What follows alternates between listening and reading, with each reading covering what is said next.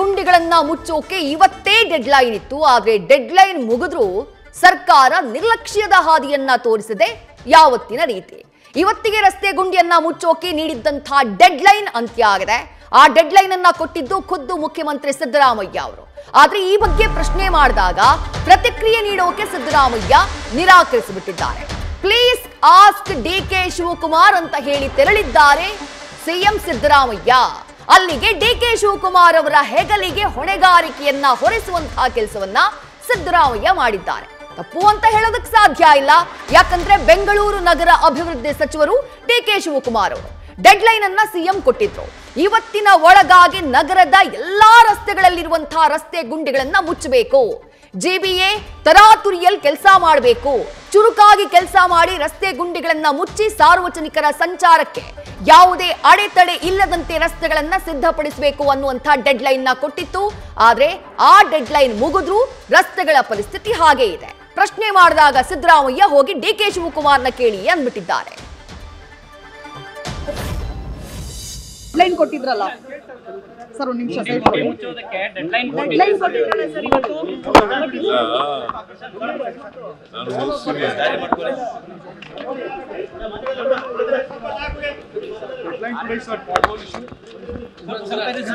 Please ask DK Shivakumar.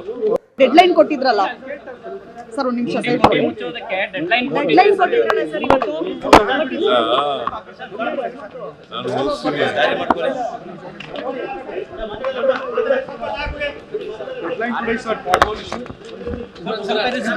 Please ask DK Shivakumar.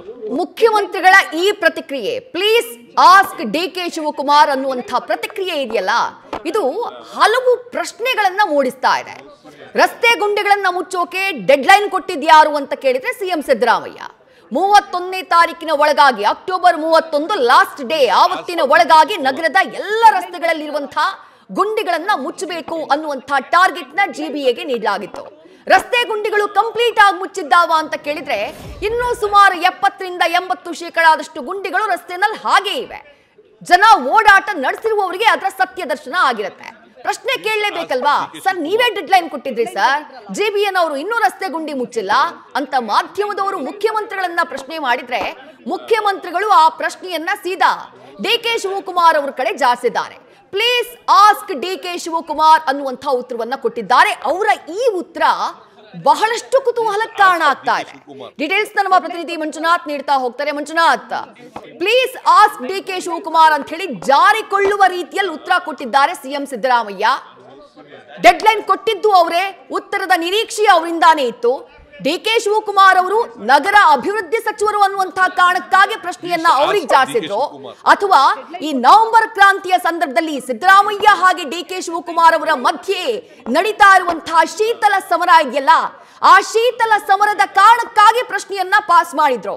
Manjunath, ವಿದೇಶಿ ಏನು ಬೆಂಗಳೂರಿನಲ್ಲಿ ರಸ್ತೆ ಗುಂಡಿಗಳಿಂದ ಸಾರ್ವಜನಿಕರು ಸಾಕಷ್ಟು ಆಕ್ರೋಶವನ್ನ ವ್ಯಕ್ತಪಡಿಸಿದ್ರು. ಹಿನ್ನೆಲೆಯಲ್ಲಿ ಸಿಎಂ ಸಿದ್ದರಾಮಯ್ಯ ಸ್ವತಃ ಒಂದು ಗೃಹ ಕಚೇರಿ ಕೃಷ್ಣಾದಲ್ಲಿ ಸಭೆ ಕರೆದು ರಸ್ತೆ ಗುಂಡಿಗಳನ್ನ ಅಕ್ಟೋಬರ್ 31 ಮುಚ್ಚೋದಕ್ಕೆ ಜಿಬಿ ಅಧಿಕಾರಿಗಳಿಗೆ ಸೂಚನೆಯನ್ನ ಸ್ಪಷ್ಟವಾಗಿ ನೀಡಿದ್ರು.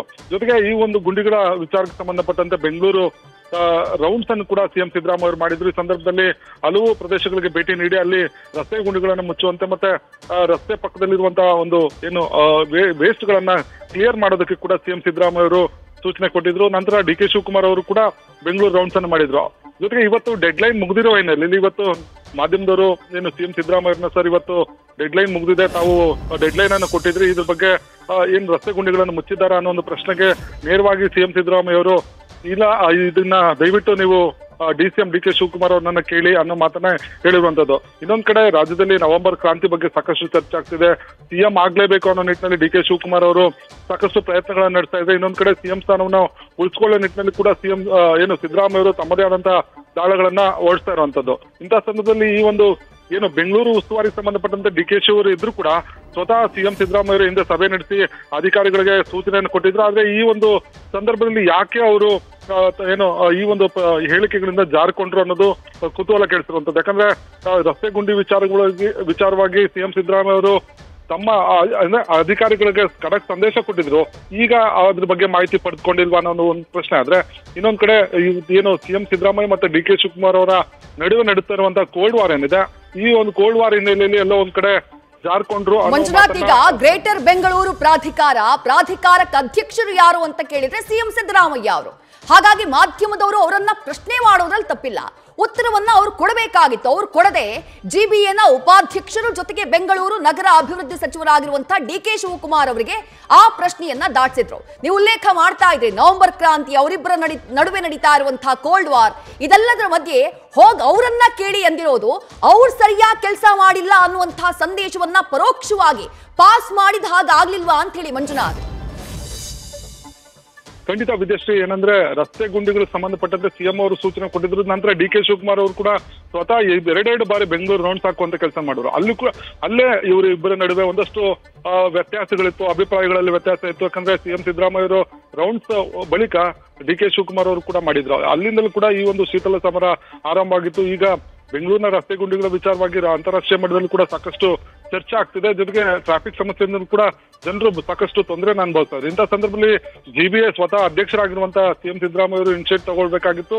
ಜೊತೆಗೆ ಇವತ್ತು ತಮ್ಮ ಡೆಡ್ ಲೈನ್ ಏನ್ ಕೊಟ್ಟಿದ್ರು ಅದಕ್ಕೆ ಅಧಿಕಾರಿಗಳಿಂದ ಉತ್ತರವನ್ನು ಪಡೆದು ಎಲ್ಲಿವರೆಗೂ ಗುಂಡಿಗಳನ್ನ ಮುಚ್ಚಲಾಗಿದೆ, ಎಷ್ಟು ಗುಂಡಿಗಳನ್ನು ಮುಚ್ಚಲಾಗಿದೆ, ಗುಂಡಿಗಳನ್ನ ಸಮರ್ಪಕವಾಗಿ ಮುಚ್ಚಿದಾರ ಅನ್ನೋದ್ರ ಬಗ್ಗೆ ಮಾಹಿತಿಯನ್ನ ಪಡೆದುಕೊಂಡು ಹೇಳಿಕೆಗಳನ್ನ ಕೊಡಬೇಕಾಗಿತ್ತು. ಆದ್ರೆ ಇಲ್ಲಿ ಡಿ ಕೆ ಶಿವಕುಮಾರ್ ಅವರ ಮತ್ತೆ ಅವರ ನಡುವೆ ಏನು ರಾಜಕೀಯ ಜಿದ್ದಾಜಿದ್ದಿ ನಡೀತಾ ಇದೆ. ಇಂಥ ಸಂದರ್ಭದಲ್ಲಿ ಈ ಒಂದು ಇಲಾಖೆಯ ಹೇಳಿಕೆಯನ್ನ ನಾನ್ ಕೊಡೋದು ಬೇಡ ಅನ್ನೋ ಒಂದು ತೀರ್ಮಾನಕ್ಕೆ ಎಲ್ಲೋ ಒಂದ್ ಕಡೆ ಸಿಎಂ ಸಿದ್ದರಾಮಯ್ಯ ಅವರು ಬಂದಿದ್ದಾರೆ. ಹಾಗಾಗಿ ಈ ಒಂದು ವಿಚಾರವನ್ನ ಡಿ ಕೆ ಶಿವಕುಮಾರ್ ಅವರಿಗೆ ಹೆಗಲಿಗೆ ಕಟ್ಟಿ ಜಾರಿಕೊಳ್ಳುವಂತ ಪ್ರಯತ್ನವನ್ನು ಮಾಡಿದ್ದಾರೆ. ಇದೆಲ್ಲವೂ ಕೂಡ ಇನ್ನು ನವೆಂಬರ್ ಕ್ರಾಂತಿಯ ಮೂಲ ಅಂತ ಹೇಳಿ ಒಂದು ಚರ್ಚೆ ನಡೀತಾ ಇರುವಂತದ್ದು Vidyashree.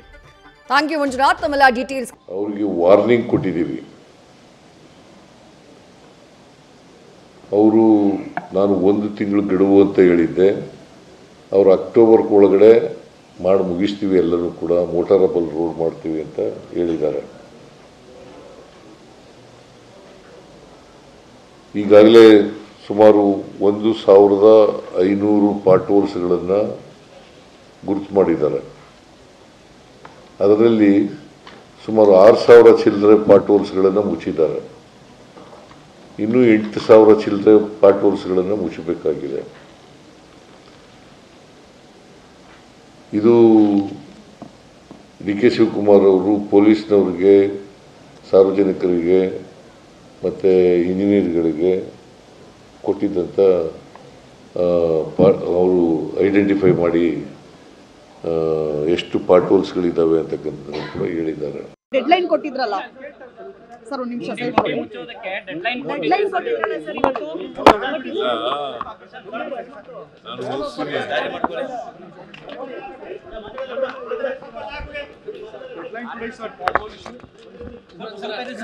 Please ask DK Shivakumar. Please ask DK Shivakumar. ಅಷ್ಟೇ.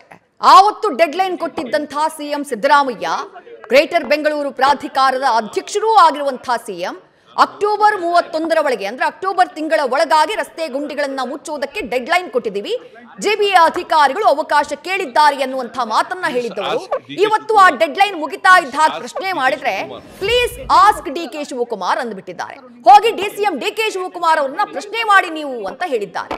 ಇದು ಅವರ ಇಲಾಖೆಯ ವ್ಯಾಪ್ತಿಗೆ ಬರುತ್ತೆ ಅನ್ನುವಂತಹ ಕಾರಣಕ್ಕಾಗಿ ಈ ಉತ್ತರವನ್ನ ಕೊಟ್ರ, ಅಥವಾ ಈ ಕ್ರಾಂತಿಯ ಚರ್ಚೆಯ ಮಧ್ಯೆ ಇಬ್ಬರ ನಡುವೆ ಒಂದ್ ರೀತಿ ಶೀತಲ ಸಮರ ನಡೀತಾ ಇದೆಯಲ್ಲ, ಅದರ ಪರಿಣಾಮವಾಗಿ ಈ ಉತ್ತರವನ್ನ ಕೊಟ್ರ? ಇದು ಸದ್ಯ ಚರ್ಚೆಗೆ ಗ್ರಾಸವಾಗಿರುವಂತಹ ವಿಚಾರ.